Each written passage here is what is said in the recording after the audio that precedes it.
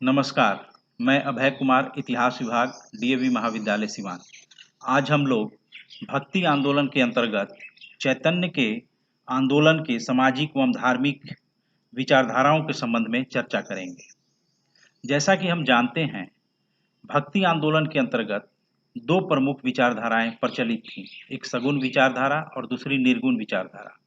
सगुण विचारधारा के अंतर्गत ईश्वर के साकार रूप की आराधना की जाती थी, जबकि निर्गुण भक्ति आंदोलन के अंतर्गत निराकार परम ब्रह्म परमेश्वर की परिकल्पना की गई है। चैतन्य महाप्रभु का आंदोलन सगुण भक्ति आंदोलन के अंतर्गत आता है। सगुण भक्ति आंदोलन की भी दो धाराएं थी, एक राम मार्ग और दूसरा कृष्ण मार्ग, यानी राम की भक्ति परंपरा और कृष्ण की भक्ति परंपरा। चैतन्य कृष्ण की भक्ति परंपरा से संबंधित हैं। हम देखते हैं कि बंगाल में 15वीं तथा 16वीं शताब्दियों में ही चैतन्य की वैष्णव भक्ति आंदोलन चला आ रहा है।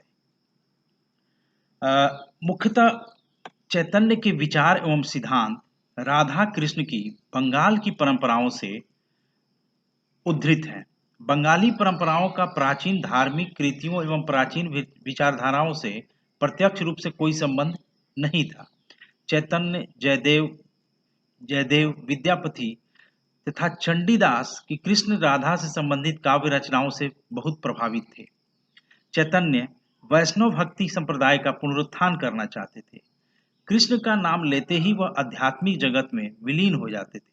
उन्होंने अपने परिवार का परित्याग 25 वर्ष की आयु में ही कर दिया था तथा संन्यास ग्रहण कर लिया था। अंत में वे जीवन के अंतिम काल में पुरी में जगन्नाथ मंदिर के निकट ही रहने लगे थे।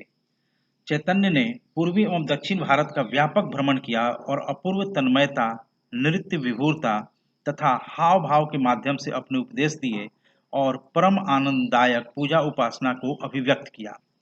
चैतन्य ने भक्ति भाव से ओतप्रोत गीत गाए और मंच पर दर्शकों के सामने हाव भाव तथा विभिन्न मुद्राओं के द्वारा अपने हृदय की तन्मयता, भक्ति तथा पूर्ण समर्पण की भावना को प्रदर्शित किया।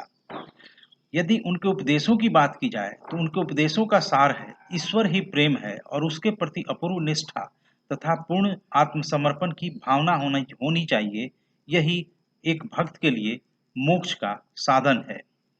यद्यपि चैतन्य के उपदेशों के सहज, सरल और भावनात्मक स्वरूप ने दलित एवं शोषित समुदायों को विशेष तौर पर प्रभावित किया, लेकिन यह कहना गलत है कि उनके जो भक्त थे वे सिर्फ इन्हीं समुदायों से आते थे, बल्कि उनके भक्त लोगों में ब्राह्मण एवं मुसलमान भी मुसलमान एवं ब्राह्मण भी शामिल थे और उन्होंने भी चैतन्य के भक्ति परंपरा में अपनी दीक्षा ली थी। चैतन्य के आंदोलन का बंगाल, पूर्वी भारत और असम में द्रुत गति से प्रसार हुआ। चैतन्य के संप्रदाय के प्रसार से शक्तिवाद को आघात पहुंचा। जैसा कि हम जानते हैं कि बंगाल में और उसके आसपास के इलाकों में शक्ति की उपासना, काली की उपासना की काफी प्रधानता थी और जिसमें कि बौद्ध की तंत्रिक परंपरा भी शामिल थी।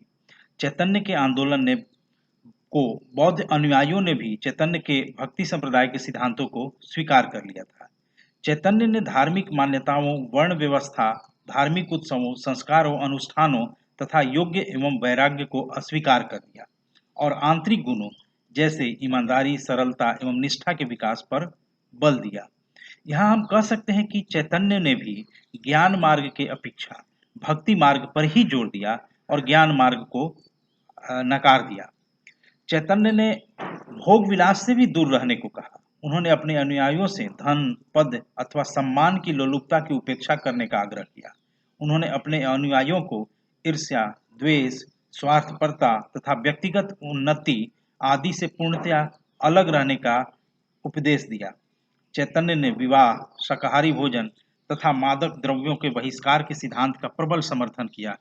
चैतन्य के धार्मिक सिद्धांतों के अनुसार भोग, विलास एवं लालच से कभी भी कोई व्यक्ति मोक्ष प्राप्त नहीं कर सकता है, लेकिन उन्होंने ईश्वर के साथ शारीरिक सुख के लिए पूर्ण आत्मसमर्पण, जैसे राधा की कृष्ण के प्रति अनन्य प्रणय अनुभूति थी का उपदेश दिया। इसमें व्यक्ति की अपेक्षा परमात्मा के शारीरिक सुख की परिकल्पना की गई। उसने अपनी अनन्य भक्ति भावना को राधा के रूप में स्वीकार किया। चैतन्य के संप्रदाय के दार्शनिक सिद्धांत के अनुसार भौतिक जगत परमात्मा के गुणों की अभिव्यक्ति है जो आध्यात्मिकता से भिन्न है लेकिन उससे अलग नहीं है।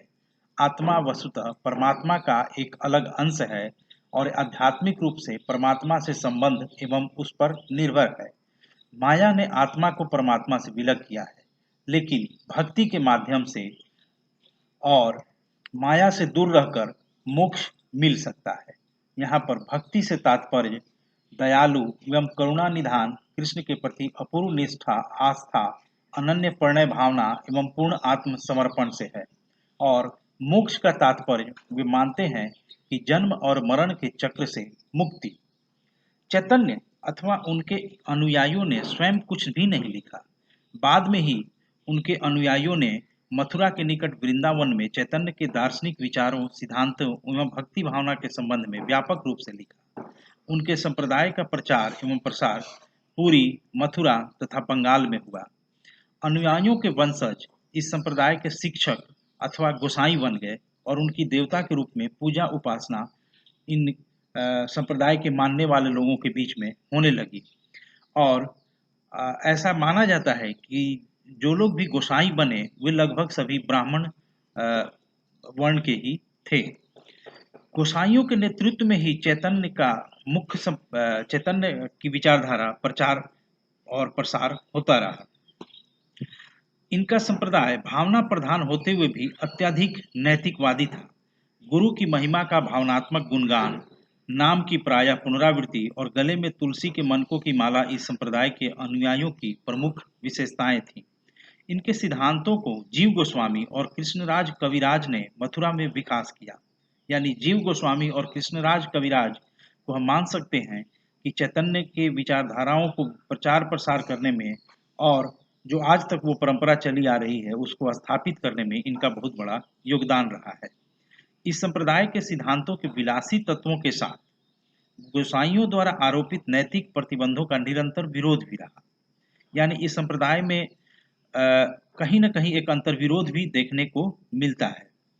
इस संप्रदाय का एक वर्ग राधा को कृष्ण की पत्नी मानता था, जबकि गोसाइयों का समूह राधा को कृष्ण की अनन्य प्रेमिका मानता था और उसमें कृष्ण के प्रति अनन्य एवं अविरल प्रेम का प्रतिपादन किया था।